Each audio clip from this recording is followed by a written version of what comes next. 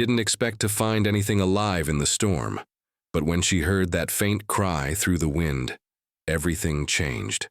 What she did next would not only save 2 lives, but draw the attention of someone willing to ride through the snow for days just to see her face.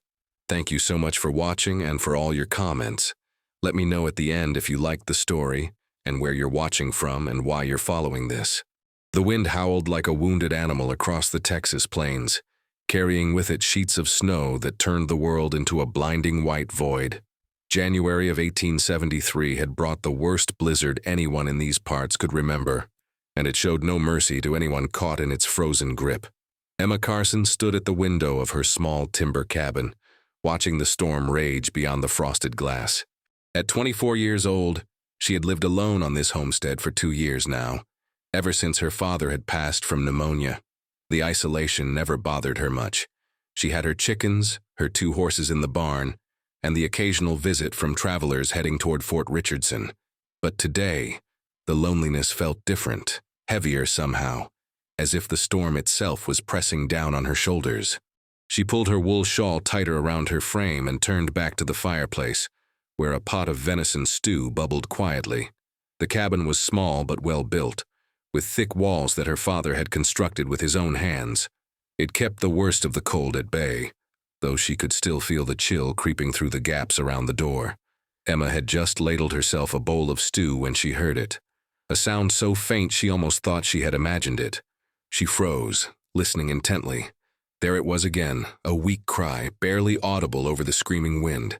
Without hesitation, she set down her bowl and grabbed her heavy coat from the peg by the door. She wrapped a thick scarf around her face, pulled on her father's old leather gloves, and pushed open the door. The cold hit her like a physical blow, stealing the breath from her lungs.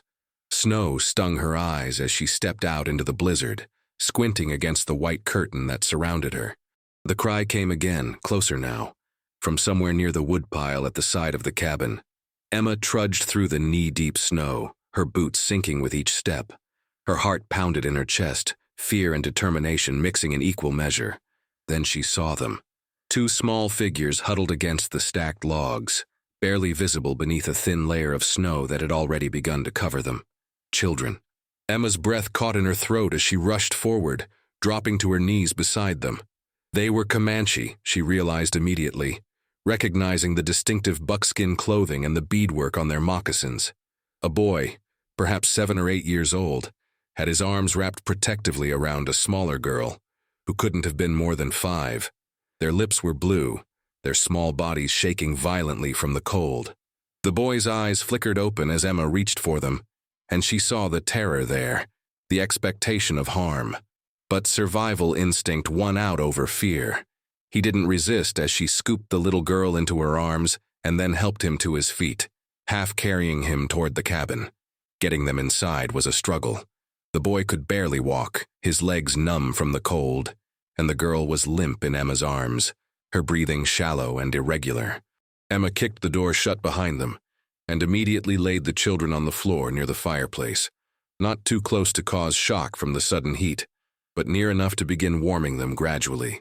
She worked quickly, her hands steady despite the panic rising in her chest. She had seen frostbite before, had nursed her father through a mild case of it years ago. She removed their wet moccasins and the snow-crusted outer layers of their clothing, replacing them with dry wool blankets from her own bed. The girl's fingers were an alarming shade of white, and Emma gently rubbed them, trying to restore circulation without causing damage. The boy watched her every move with dark, wary eyes, but he didn't pull away. He was protecting his sister even now, Emma realized, ready to fight if necessary despite his weakened state.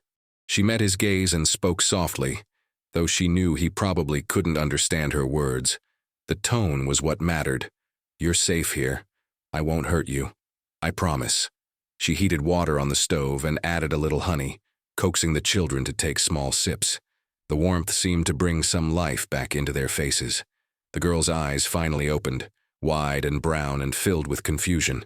She looked at Emma, then at her brother, then began to cry softly. The boy pulled her close, whispering to her in their own language, words Emma couldn't comprehend but whose meaning was clear enough. He was telling her they were all right, that this woman meant them no harm. As the hours passed, Emma tended to them with the same care she would have given her own kin. She wrapped their feet in warm cloths, checked their fingers and toes repeatedly for signs of serious frostbite, and spooned small amounts of warm broth into their mouths. The color slowly returned to their cheeks and their shivering began to subside.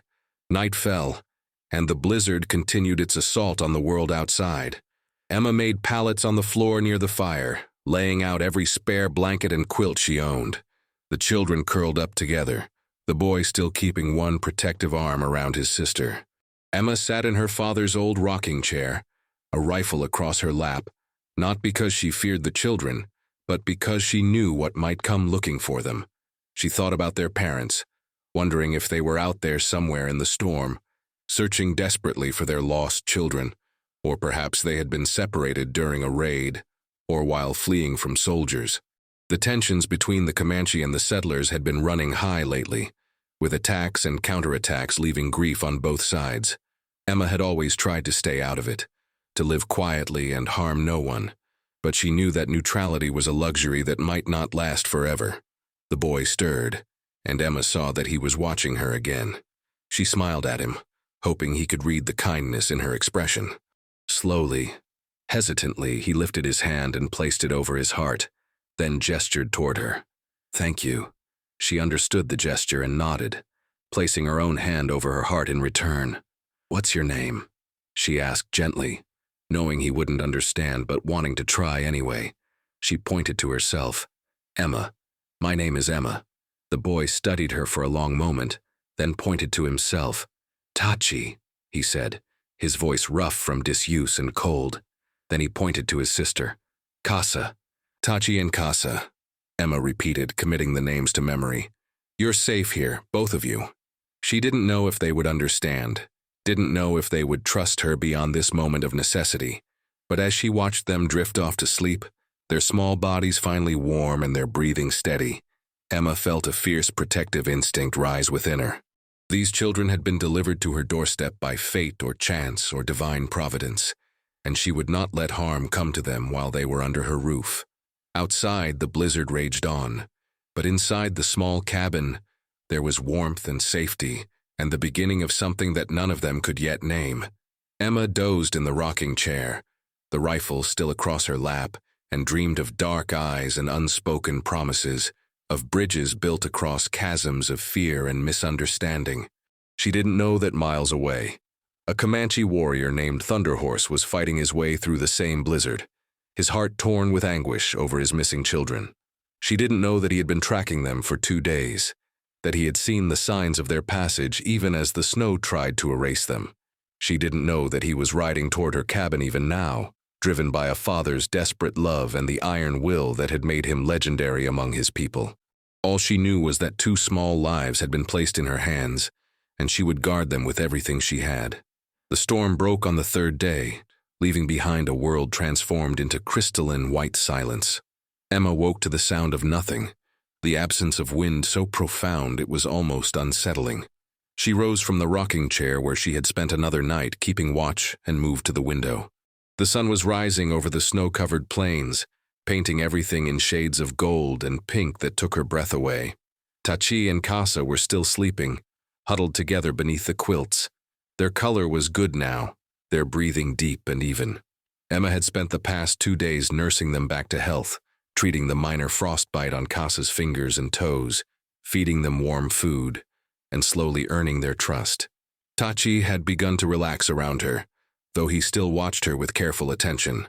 Casa had even smiled yesterday when Emma had shown her a carved wooden horse that had belonged to Emma's younger brother, who had died of fever many years ago.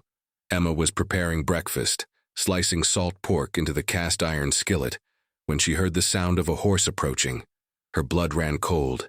She moved quickly to the window and saw him. A lone rider, mounted on a paint horse, moving through the snow with purpose and grace. Even from a distance, she could see he was Comanche. He was tall and powerfully built, wearing buckskin leggings and a heavy buffalo robe against the cold.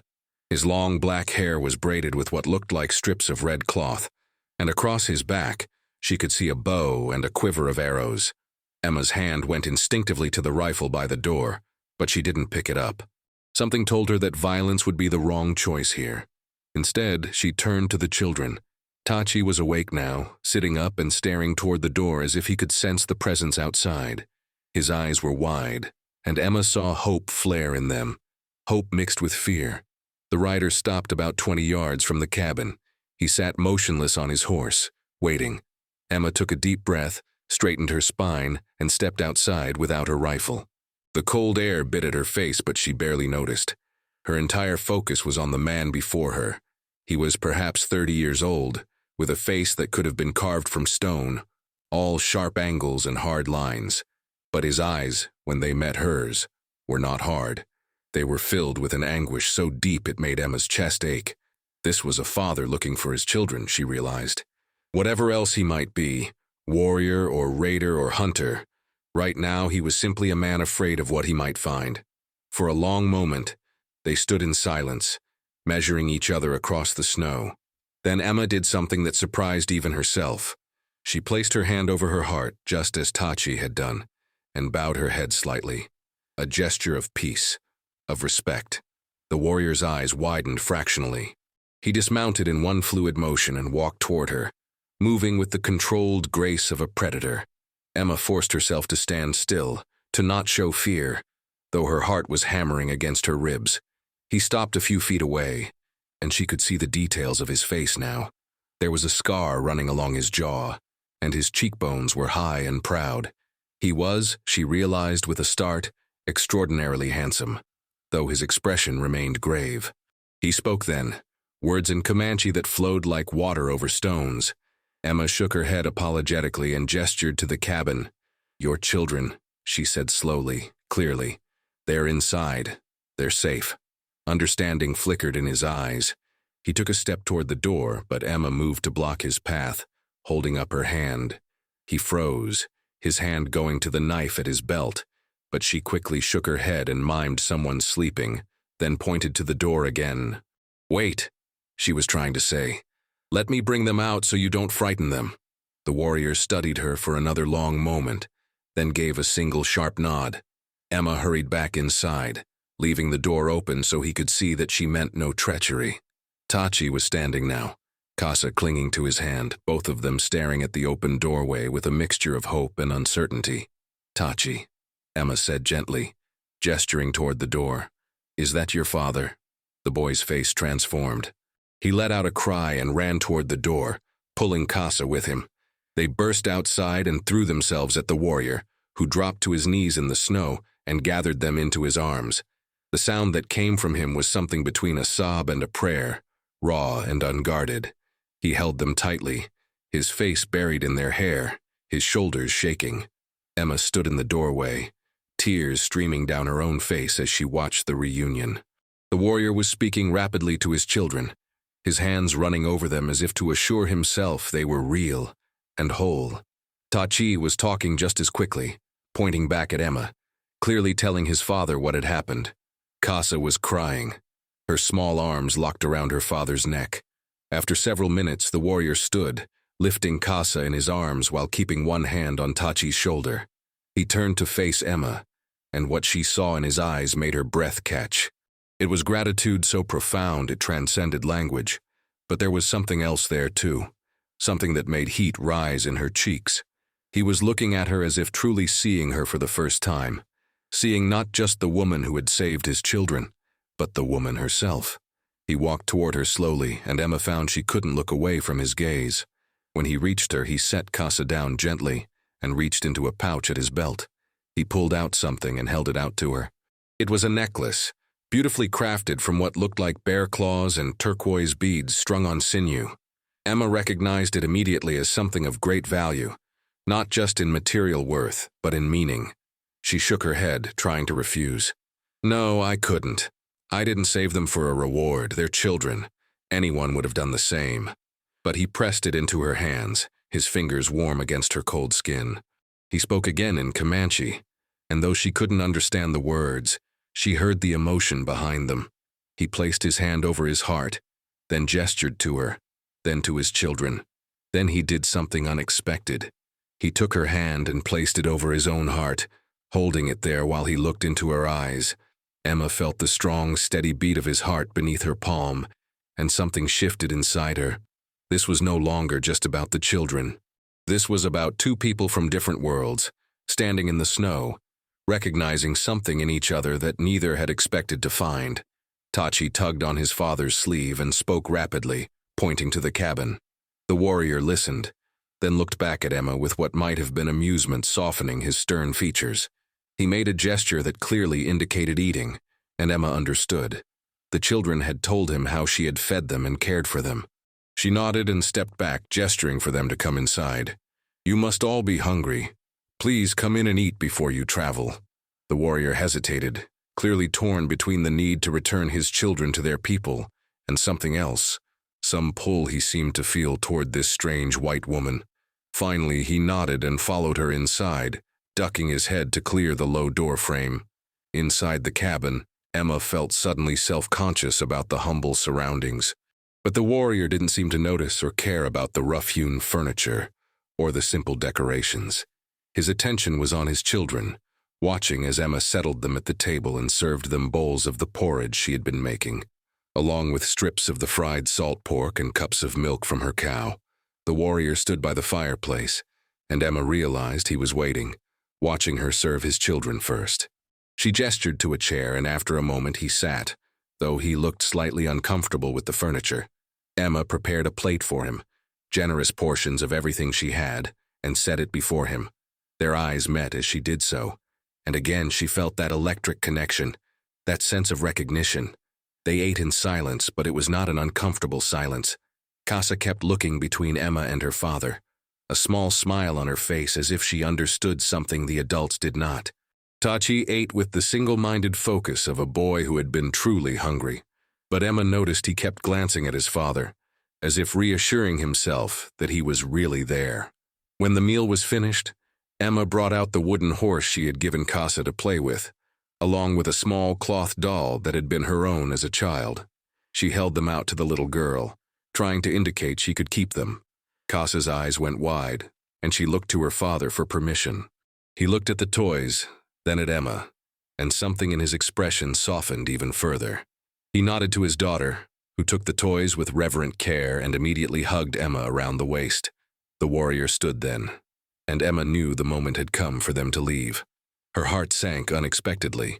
She had known them for only 3 days, but the thought of the cabin being empty again felt unbearable.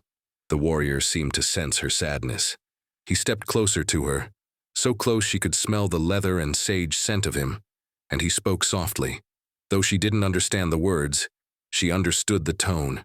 He was thanking her, truly thanking her, and perhaps saying something more. He reached up and gently touched her hair, which had come loose from its braid and fell in auburn waves around her shoulders. His fingers were gentle, and Emma found herself holding her breath. Then he stepped back and made a gesture that she interpreted as a promise. He would return. Emma nodded, not trusting herself to speak. She helped bundle the children back into their now dry clothing, adding one of her own wool blankets around Casa for extra warmth. The warrior watched this with approval, and when Emma stepped back, he took her hand once more and squeezed it gently before releasing it. They left then, the warrior lifting both children onto his horse before mounting behind them. Emma stood in the doorway and watched them ride away across the snow, 3 dark figures against the white landscape. Just before they disappeared from view, the warrior turned and raised his hand in farewell. Emma raised hers in return, and then they were gone. She stood there for a long time after they had vanished, her hand still raised, the bear claw necklace clutched in her other hand. The cabin felt impossibly empty now, echoing with absence. But Emma knew, with a certainty she couldn't explain, that this was not the end. It was only the beginning. 3 weeks passed and winter began its slow retreat from the Texas plains. The snow melted gradually, revealing the brown grass beneath, and the days grew incrementally longer. Emma threw herself into her work, repairing the fence around her property that had been damaged by the storm, tending to her animals, and preparing for the spring planting. But no matter how busy she kept herself, her thoughts returned constantly to the warrior and his children. She wore the bear claw necklace every day, hidden beneath her dress where no one else could see it. The weight of it against her skin was a constant reminder. a connection to something she couldn't quite name but felt powerfully nonetheless. At night, she would lie in her bed and remember the way he had looked at her, the warmth of his hand over hers, the promise in his eyes. The neighboring homesteaders had noticed her preoccupation. Martha Henderson, whose farm was 5 miles to the east, had stopped by one afternoon with fresh eggs and came away with more questions than answers about Emma's distracted state. But Emma couldn't explain, not even to herself, what had changed inside her during those 3 days of the blizzard. It was late February when he returned. Emma was in the barn, mucking out the horse stalls, when she heard the sound of hoofbeats. She straightened, her heart suddenly racing, and walked to the barn door. There he was, sitting tall on his paint horse. But this time he was not alone. Behind him rode another warrior, older and bearing the marks of a man of status within his tribe. Emma wiped her hands on her apron and walked out to meet them, trying to calm the wild beating of her heart. The warrior, whose name she still did not know, dismounted and approached her. In the daylight, without the urgency of crisis surrounding them, she could appreciate him fully. He moved with absolute confidence, his bearing proud, but not arrogant. His eyes found hers immediately, and she saw warmth there, and something that looked like nervous anticipation. He spoke to her in Comanche, his voice deep and resonant, and then seemed to remember she couldn't understand. He gestured to himself and said clearly, "Tanaka." He repeated it, pointing to his chest. "Tanaka." "Tanaka?" Emma repeated, loving the sound of his name on her tongue. She pointed to herself. "Emma Carson." He smiled then, a real smile that transformed his entire face, making him look younger and stealing what remained of Emma's breath. "Emma," he said, his accent making her name sound exotic and beautiful. The older warrior had dismounted as well, and Tanaka turned to introduce him. He spoke a name that sounded like Broken Lance, and made gestures that suggested this man was important, perhaps a chief or elder. Broken Lance studied Emma with keen, intelligent eyes, and she had the distinct impression she was being evaluated. Tanaka reached into a leather bag tied to his horse and pulled out a bundle wrapped in soft deerskin. He held it out to Emma, and when she took it, he gestured for her to open it. Inside, she found the most beautiful dress she had ever seen. It was made of supple white doeskin, decorated with intricate beadwork in patterns of blue and red and yellow. The craftsmanship was extraordinary, each bead perfectly placed, each stitch invisible. There were also moccasins, similarly decorated, and a shawl of the softest rabbit fur. Emma looked up at Tanaka, confused and overwhelmed. "I don't understand. This is too much. I can't accept this." But Tanaka was already pulling more items from his bags.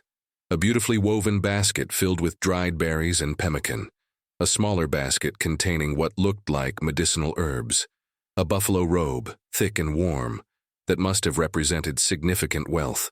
He laid them all at her feet, and then he did something that made Emma's eyes fill with tears. He knelt before her in the dirt, this proud warrior, and took both of her hands in his. He spoke in Comanche, his voice fervent and earnest, and though she couldn't understand the words, she understood the meaning. He was thanking her for saving his children's lives, but he was also offering something more. His eyes held hers with an intensity that made her tremble.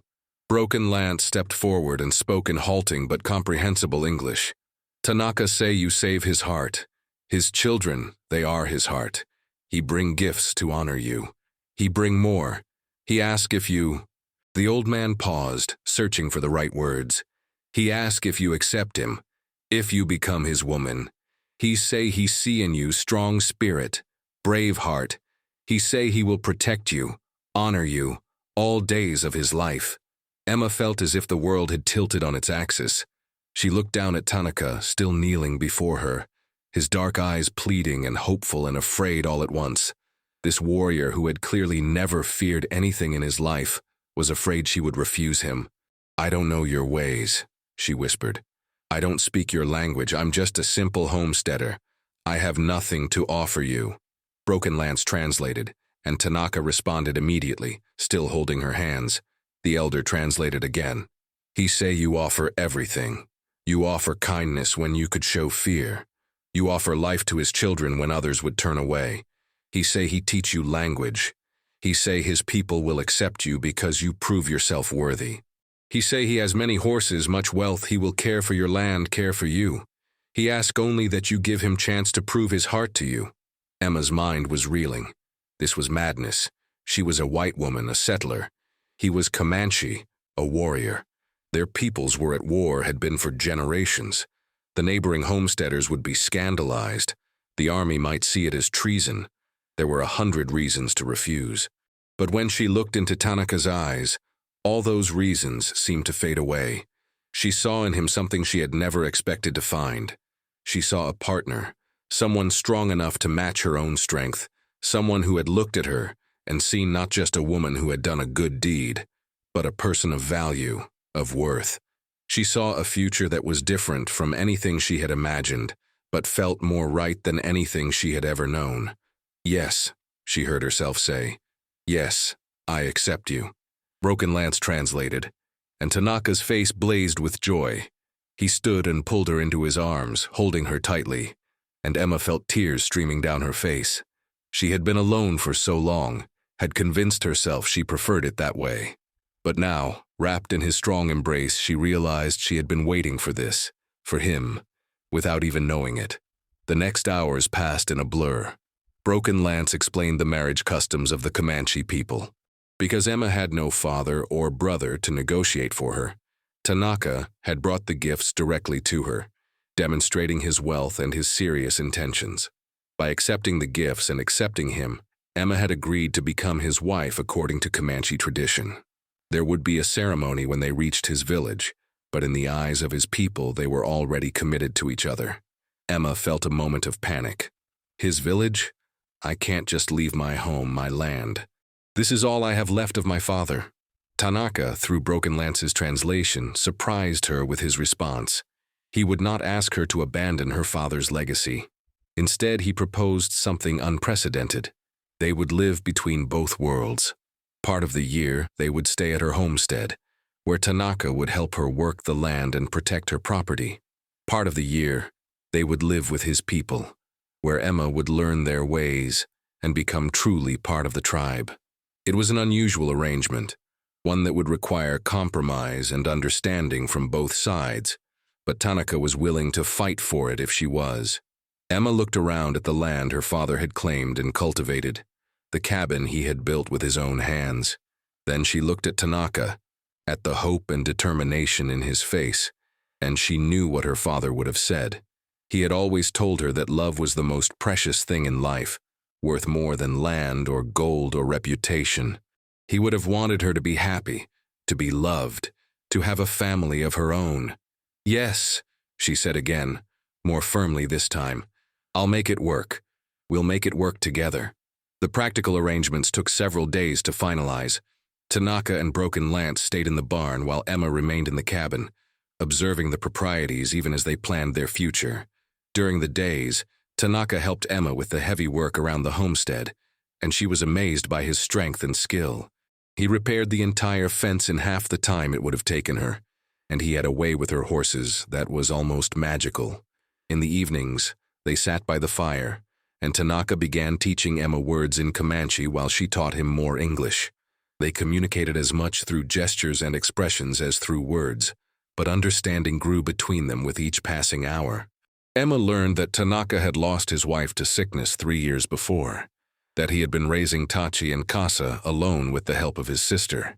He learned that Emma's mother had died giving birth to her younger brother, who had survived only 5 years before fever took him, leaving Emma and her father alone until his death as well. They were both survivors, both people who had known loss and loneliness. But they were also both people with deep reserves of strength and the courage to take a chance on something new. On the 4th day, Tanaka took Emma to meet his children at a prearranged location, a clearing about 10 miles from her homestead. Tachi and Casa came running the moment they saw her, throwing themselves into her arms with cries of delight. Casa still carried the wooden horse and cloth doll Emma had given her, treasures she clearly never let out of her sight. Tachi had grown in the short time since she'd seen him, or perhaps he just stood taller, more confident. Behind them came a woman about Emma's age with kind eyes and a warm smile. This was Tanaka's sister, whose name sounded like Musura when Tanaka introduced her. Through a combination of gestures, simple words, and Broken Lance's translations, Musura made it clear that she approved of her brother's choice. She took Emma's hands and pressed them to her own heart, a gesture of welcome that brought tears to Emma's eyes. The children were ecstatic when they learned Emma would be joining their family. Kesa clung to Emma's skirts, chattering away in Comanche, and though Emma couldn't understand most of it, she caught the word that meant mother and felt her heart swell. Tachi, trying to maintain his dignity as the man of the family in training, nonetheless couldn't hide his smile. That evening, as they prepared to return to their respective camps before the final journey to the Comanche village, Tanaka took Emma aside. They walked to the edge of the clearing, where they could see the sun setting over the plains, painting the sky in brilliant shades of orange and red and purple. He took her hand and held it gently, his thumb tracing circles on her palm. "Emma," he said softly, one of the few English words he knew well. Then he spoke in Comanche, his voice low and intense. Though she couldn't understand all the words, she heard her name repeated, heard words that sounded like promises. He touched her face with his free hand, his fingers gentle against her cheek, and she leaned into his touch, her eyes closing. When she opened them again, he was watching her with such tenderness that it took her breath away. Slowly, giving her every chance to pull away, he leaned down and kissed her. It was soft and sweet and full of restrained passion, a promise of what was to come. Emma's arms came up around his neck, and she kissed him back, pouring into it all the emotion she couldn't yet express in words. When they finally pulled apart, both were breathing hard, and Tanaka rested his forehead against hers. He spoke again, and this time Emma recognized the words from their lessons. "My heart," he was saying. "You are my heart. And you are mine," she whispered back in English, knowing he would understand the meaning if not the words. 2 weeks later, Emma Carson stood in the center of a Comanche village, wearing the beautiful doeskin dress Tanaka had given her, her auburn hair braided with leather cords and feathers in the style of the people. Around her, the tribe had gathered for the marriage ceremony, their faces showing curiosity, some skepticism, but mostly acceptance. Broken Lance had spoken on her behalf, telling the story of how she had saved Tanaka's children, and the people respected courage and compassion above all things. Tanaka stood beside her, resplendent in his finest clothing, his face proud and happy as he claimed her as his wife before his people. The ceremony was different from anything Emma had known, but the meaning was universal. They were pledging themselves to each other, promising to stand together against whatever challenges might come. When it was done, when they had exchanged gifts and spoken vows and been blessed by the tribe's spiritual leader, Tanaka took Emma's hand and led her to the teepee that would be their home when they were with the tribe. Tache and Kasa ran ahead, laughing and calling back to them, already planning how they would arrange their new family dwelling. That night, lying in Tanaka's arms on soft buffalo robes, listening to the sounds of the village around them and the gentle breathing of the children sleeping nearby, Emma felt a peace she had never known. She had found her place, not in one world or the other, but in the space between, the bridge she and Tanaka would build together. "I love you," she whispered in English, knowing he was still awake, feeling the steady beat of his heart beneath her ear. He understood those words now. She had taught them to him, and he had taught her the Comanche equivalent. "He knew," he murmured back, his arms tightening around her. "I love you, Emma, my brave woman, my heart." Outside, the stars wheeled overhead, indifferent and eternal, while on the Texas plains 2 worlds came together in the joining of 2 hearts. There would be challenges ahead, Emma knew. There would be people who wouldn't understand, who would condemn their choice. But they would face it together, this warrior and this homesteader, bound by love and respect and the memory of 2 children saved from a blizzard. It was enough. It was everything. And as Emma drifted off to sleep, safe in her husband's embrace, she knew that her father would have been proud of her courage to follow her heart, wherever it might lead.